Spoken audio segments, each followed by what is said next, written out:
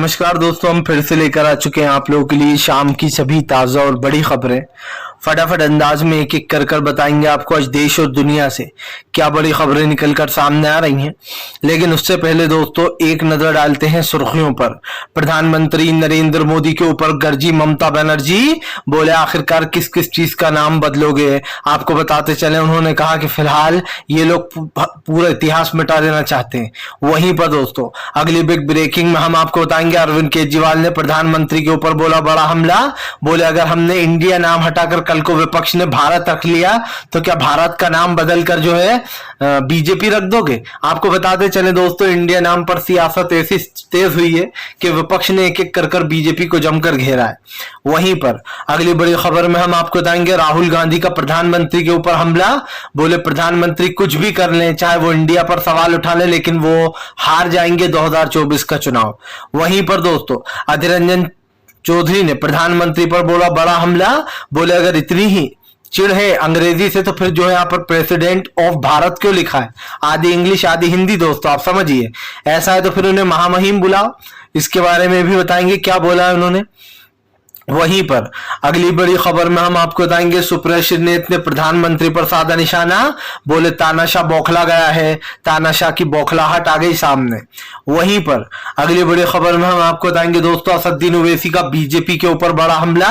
बोले देश की आधी चीजों में लगा है इंडिया, बल्कि आधी के 90% चीजों में, तो क्या हर चीज को बदल दोगे। बताएंगे क्यों ओवैसी ने बीजेपी पर भड़ास निकाल दी है। वहीं पर दोस्तों बीजेपी की नेता ने ही खोल दी बीजेपी की पोल। पंकजा मुंडे एलपीजी के बजाय गांव में जाकर चूल्हे पर रोटी बनाने लगी। अब बीजेपी को लोगों ने घेर लिया कि बीजेपी की नेता ही बीजेपी की उज्ज्वला योजना की पोल खोल रही हैं। वहीं पर दोस्तों अगली बड़ी खबर में हम आपको बताएंगे, अमिताभ बच्चन बना बीजेपी का भक्त। आपको बता दें जो बच्चन है उन्होंने एक ट्वीट किया है जिसमें लिखते हैं भारत माता की जय। अब आप समझिए ये बंदा कितना डबल मुंह सांप है।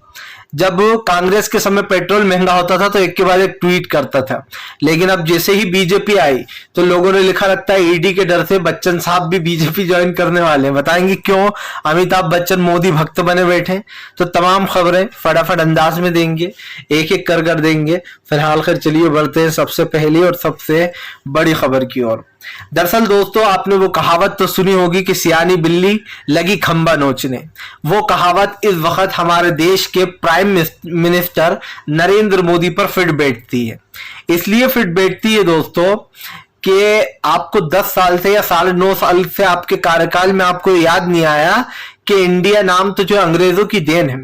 और आप समझिए इंडिया नाम का सबसे पहला यूज जिसने हमारे देश का संविधान लिखा बाबा साहब अंबेडकर ने किया था। भारत एंड इंडिया दोनों एक ही सिक्के के, दोनों जो है यहाँ पर दोस्तों एक ही सिक्के के दो पहलू हैं। लेकिन बीजेपी इस चीज को डिफरेंट बताने की कोशिश कर रही है और अचानक से ही बीजेपी में हृदय परिवर्तन हो गया। अच्छा ये हृदय परिवर्तन कैसे हुआ?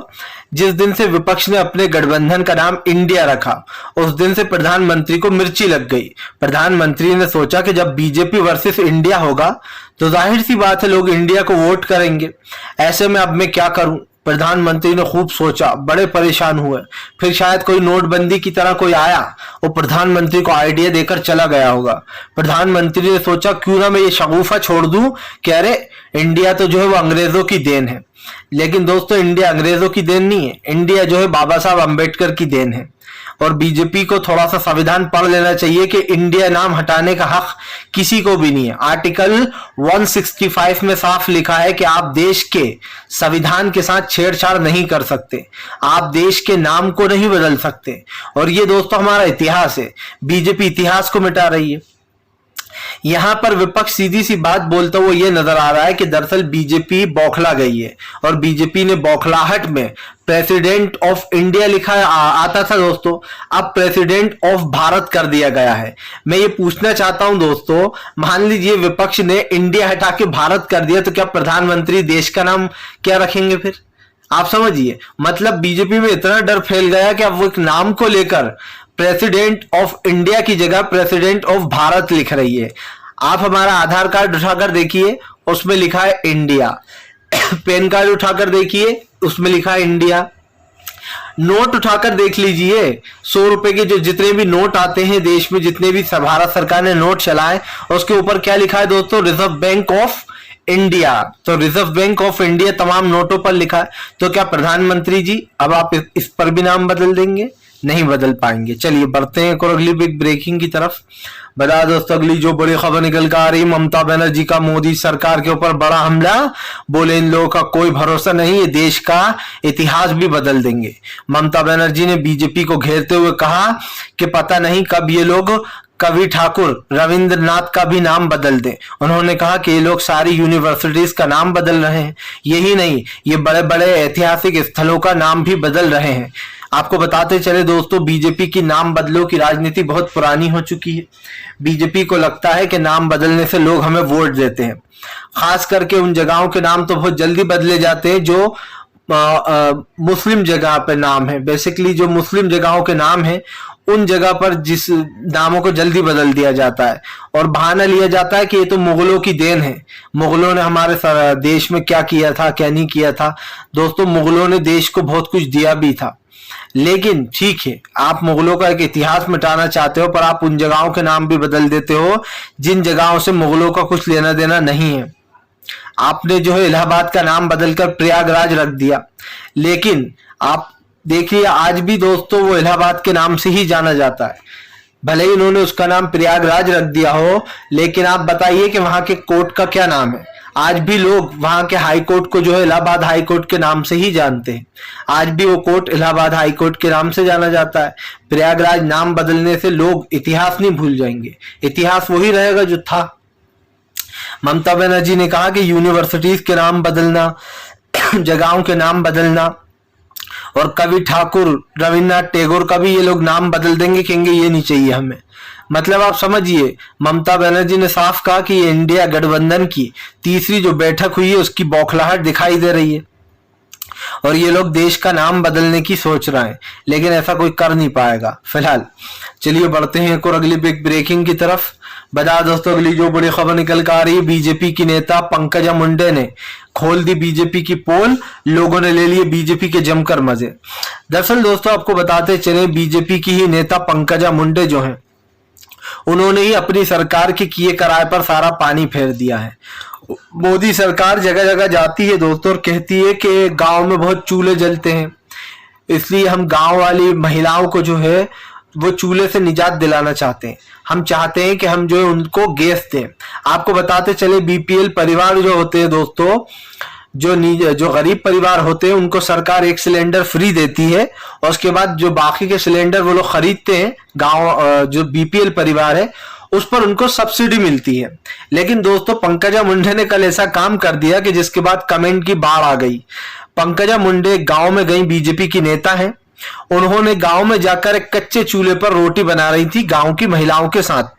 अब लोगों ने पंकजा मुंडे को घेर लिया क्योंकि उन्होंने ये बड़ी गलती कर दी कि वो इस बढ़ते एलपीजी के दामों के समय चूल्हे पर रोटी बनाने लगी। लोगों ने पूछा क्या हुआ बीजेपी की उज्ज्वला योजना का। यहां तो खुद ही बीजेपी की नेता पंकजा मुंडे बीजेपी की पोल खोल रही है उज्ज्वला योजना की, एलपीजी को छोड़कर चूल्हे पर रोटियां बना रही हैं। यही नहीं दोस्तों, लोगों ने जमकर मजे लिए। उन्होंने कहा कि अब मोदी जी की उज्ज्वला योजना का नाम बदलकर जो यहाँ पर भारत रोशनी योजना कर देना चाहिए।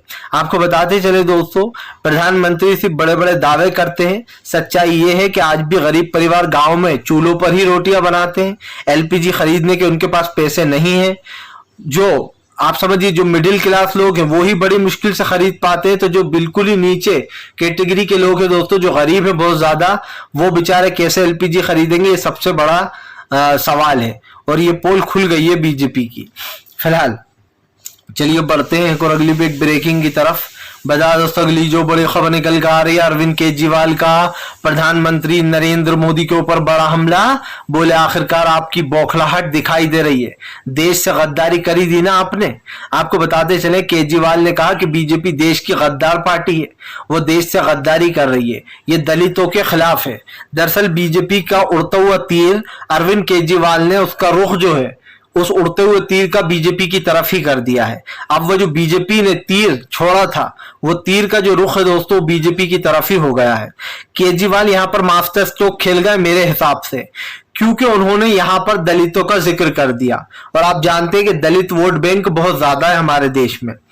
केजरीवाल ने कहा कि बीजेपी दलित विरोधी है, इसीलिए वो इंडिया नाम हटाना चाहती है। अब आप सोच रहे होंगे इससे दलित से क्या लेना देना। आपको पता होगा हमारे देश का जिन्होंने संविधान लिखा, बाबा साहब अंबेडकर, वो एक दलित समाज से थे दोस्तों। यानी कि वो एक ऐसे समाज से थे जहां पर नीच ऊंच होती है, छोटा बड़ा माना जाता है, वो एक नीचे समाज से माने जाते थे। लेकिन बाबा साहब अंबेडकर ने जब हमारे देश की एक किताब लिखी, हमारे देश का संविधान लिखा, उसमें उन्होंने मेंशन किया कि हमारे देश में सभी को एक जैसा सम्मान, एक जैसा अधिकार मिलना चाहिए। और बाबा साहब अंबेडकर ने ही इंडिया ऑफ भारत लिखा।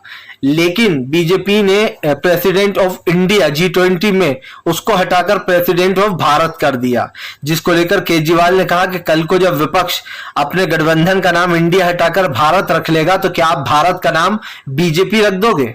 यानी कि ये बीजेपी की गद्दारी है। केजरीवाल ने कहा कि बीजेपी एक गद्दार पार्टी है जो देश के नाम को लेकर भी राजनीति कर रही है। अब दोस्तों इससे ज्यादा नीचता और क्या होगी कि आप देश के नाम को भी बदनाम कर रहा हो। हमारे देश में जो टीम खेलती है मैच दोस्तों, उसका नाम भी तो इंडिया है। वो इतने मैच जीत चुकी है। और तमाम जितने भी खिलाड़ी हैं, चाहे वो हॉकी टीम हो, फुटबॉल टीम हो दोस्तों, या फिर गोल्ड मेडलिस्ट हो, तमाम लोग इंडिया नाम से ही जाने जाते हैं। आप जब विदेश जाओगे तो कोई भारत नहीं कहेगा, इंडिया ही कहेगा। फिलहाल चलिए बढ़ते हैं एक और अगली बिग ब्रेकिंग की तरफ। बता दोस्तों अगली जो बड़ी खबर निकल कर आ रही है आपको बताते चले दोस्तों, बीजेपी में लग गई इस्तीफों की झड़ी। मध्य प्रदेश में कमलनाथ ने बीजेपी में लगाई सेंध, बड़े नेताओं की झड़ी लग चुकी है। आपको बताते चले मध्य प्रदेश में भी कांग्रेस वाला इतिहास दोहराया जा रहा है। कर्नाटक वाला जो कर्नाटक में हुआ था बीजेपी के साथ, अब वही मध्य प्रदेश में भी हो रहा है, जहां एक तरफ बीजेपी को एक के बाद एक बड़े झटके दे रहे हैं। आपको बताते चले कल भी कई लोगों ने जो है कांग्रेस की सदस्यता ले ली और बीजेपी को छोड़ दिया। इसमें सबसे ज्यादा धड़ा अगर किसी का छूट रहा है तो वो ज्योतिरादित्य सिंधिया है। आपको बता दें सिंधिया और बीजेपी दोनों के ही समर्थक पार्टी छोड़ छोड़ के कांग्रेस में आ रहे हैं। शायद उन्हें हवा का रुख पता चल गया कि हवा किस तरफ है। लेकिन बात सिर्फ हवा की भी नहीं है। बात यह है दोस्तों कि जब टिकट बंटवारे की बात आती है तो कई लोग ऐसे होते हैं जो पार्टी छोड़ने पर आमेदा हो ही जाते हैं। क्योंकि जाहिर सी बात है बीजेपी दोस्तों पार्टी में लोगों को भरते समय नहीं सोचती है, लेकिन जब टिकट बांटने का समय आता है तो बीजेपी सोचती है किसको टिकट दूं। अगर मैं ज्योतिरादित्य सिंधिया को हम टिकट देंगे इनके समर्थकों को, तो हमारे बीजेपी के नेता जो वो नाराज होकर पार्टी छोड़ेंगे। और अगर बीजेपी अपने नेताओं को देती है तो ज्योतिरादित्य सिंधिया के समर्थक छोड़ेंगे। और ऐसा ही हो रहा है। सिंधिया के ज्यादातर लोग अभी तक पार्टी छोड़ चुके हैं। इसका सबसे बड़ा रीजन ये है कि दोस्तों आपने जब सरकार को गिराया कमलनाथ की, जब आप बीजेपी में शामिल हुए तब तो आपको सब हरा हरा दिखाई दे रहा था। लेकिन अब जब टिकट बंटवारे का टाइम आएगा तो कोई आपका साथ नहीं देगा। जाहिर सी बात है सब अपने बारे में सोचेंगे कि अरे हमारा इसमें क्या फायदा है, सिंधिया तो यहाँ पर मलाई खा रहा है और हमें टिकट तक नहीं मिल रहा है चुनाव लड़ने को, तो हमारा क्या फायदा होने वाला है। इसीलिए जो सिंधिया के समर्थक थे वो भी एक एक कर कर पार्टी छोड़ने में लग गए। तो ये कहना गलत नहीं होगा कि मध्य प्रदेश की राजनीति में दोस्तों भूचाल आ गया है। जहां एक तरफ कमलनाथ ये दावा कर रहा है कि उनकी सरकार बन रही है, तो वहीं बीजेपी खंबा नोचने में लगी हुई है कि हम जो है फिर से दोबारा सत्ता में आएंगे। यही नहीं, बीते दिन तो रणदीप सुरजेवाला ने यह भी कह दिया कि ये चुराई हुई सरकार है जो बीजेपी ने चुराकर सरकार बनाई है। मध्य प्रदेश की जनता ने कांग्रेस को चुना था, उसी की सरकार थी, लेकिन बीजेपी ने चोर दरवाजे से सरकार को हासिल किया, ईडी सीबीआई के बल पर और पैसों के बल पर, खरीद फरोश के बल पर। इस तमाम चीजों को लेकर बीजेपी को रणदीप सुरजेवाला ने कल जमकर घेरा। फिलहाल एक चीज तो तय है दोस्तों, मध्य प्रदेश की राजनीति कर्नाटक वाला रुख अपना चुकी है।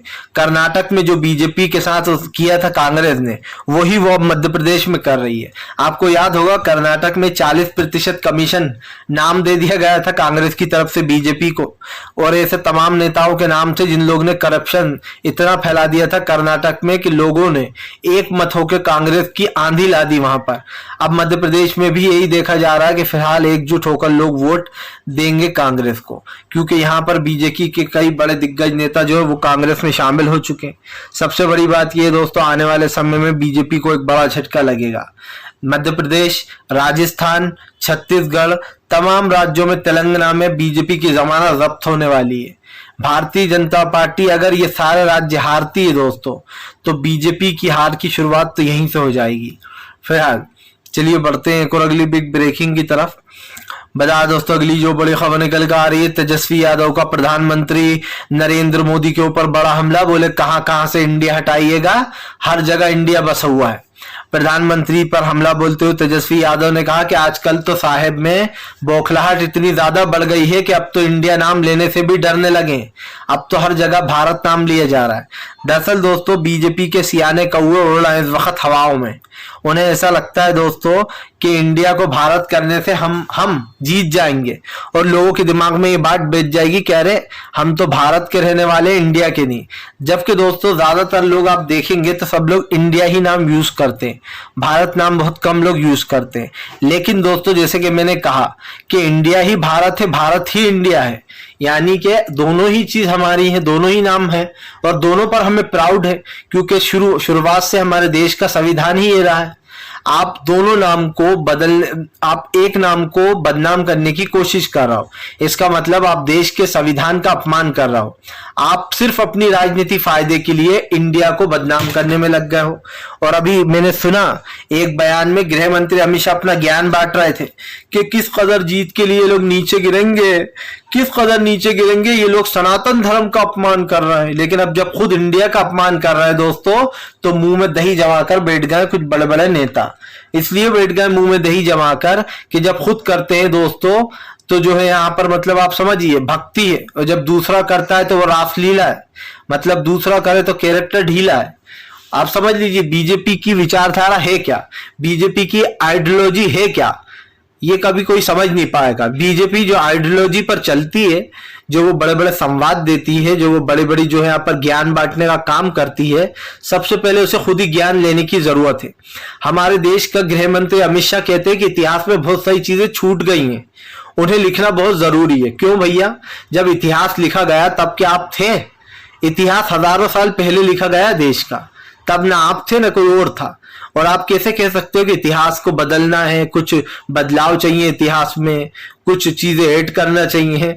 इनका बस नहीं चलता, वरना जिन्होंने इतिहास लिखा उनको कब्र में से निकाल के बाहर ले आते, तूने ऐसा क्यों किया। फिलहाल चलिए बढ़ते हैं और अगली बिग ब्रेकिंग की तरफ। बताया दोस्तों, अगली जो बड़ी खबर निकल कर आ रही है आपको बताते चले दोस्तों, बीजेपी के ऊपर जमकर गरजते हुए नजर आए। आपको बताते चले नीतीश कुमार बोले हमने पहले से ही कहा था ये लोग इतिहास बदल देंगे, ये लोग इतिहास के खिलाफ हैं। आपको बताते चले नीतीश कुमार ने बीजेपी पर भड़ास निकालते हुए कहा कि कुछ नहीं है, ये सिर्फ डर है और कुछ नहीं, बीजेपी का डर दिखाई दे रहा है। और वो दोस्तों आप समझिए, बीजेपी को मैं बहुत समझदार पार्टी समझता था एक समय में, लेकिन अब मुझे ये एहसास होने लगा है कि बीजेपी अपने ही हाथों अपने खड्डा खोदने में लग गई है। अगर आप किसी चीज को दोस्तों उछालोगे, किसी चीज को बढ़ावा दोगे, किसी चीज के ऊपर कमेंट करोगे, मान लीजिए आपको किसी ने कुछ बोल दिया, आप एक जो है बॉलीवुड स्टार है या फिर आप एक बड़े नेता हैं, और आप उस चीज का जवाब देने लग गए उस छोटे इंसान को जिसने आपके ऊपर कमेंट किया है। इसका मतलब यह है कि आप उसकी बात को तवज्जो दे रहा हो, आप उसकी बात को जो है यहाँ पर दोस्तों पब्लिसिटी दे रहा हो। अब जैसे प्रधानमंत्री ने इंडिया नाम को इतना सीरियस ले लिया कि उन्होंने दूसरे दिन ही नाम बदल दिया। उन्होंने जो अब G20 की बैठक होने वाली है उसमें प्रेसिडेंट ऑफ इंडिया की जगह प्रेसिडेंट ऑफ भारत लिख दिया, यानी कि जो हमारे देश की राष्ट्रपति हैं, अभी कल तक प्रेसिडेंट ऑफ इंडिया ही लिखा जा रहा था, लेकिन अचानक से एक दिन बाद क्या होता है कि प्रेसिडेंट ऑफ भारत कर दिया जाता है। जो G20 की बैठक होने वाली उसका डिनर का जो न्योता भेजा गया है हमारे देश की राष्ट्रपति को, उसमें उन्होंने प्रेसिडेंट ऑफ इंडिया की जगह प्रेसिडेंट ऑफ भारत कर दिया। अब सवाल ये उठने लगा कि आप तो खुद ही बता रहा जनता को कि आप कितना डर गए इंडिया नाम से, लोग तो बाद में सवाल उठाएंगे, आपने खुद अपने लिए खड्डा खोद लिया और लोगों को एक जो है वो दे दिया दोस्तों पपलू, हाथ में झुंझुना दे दिया। अब लोग खुद कह रहे हैं कि प्रधानमंत्री डरे हुए हैं। अब जो लोग नहीं सोच रहे थे कि नहीं ऐसा नहीं, अब वो भी सोचेंगे कि वाकई में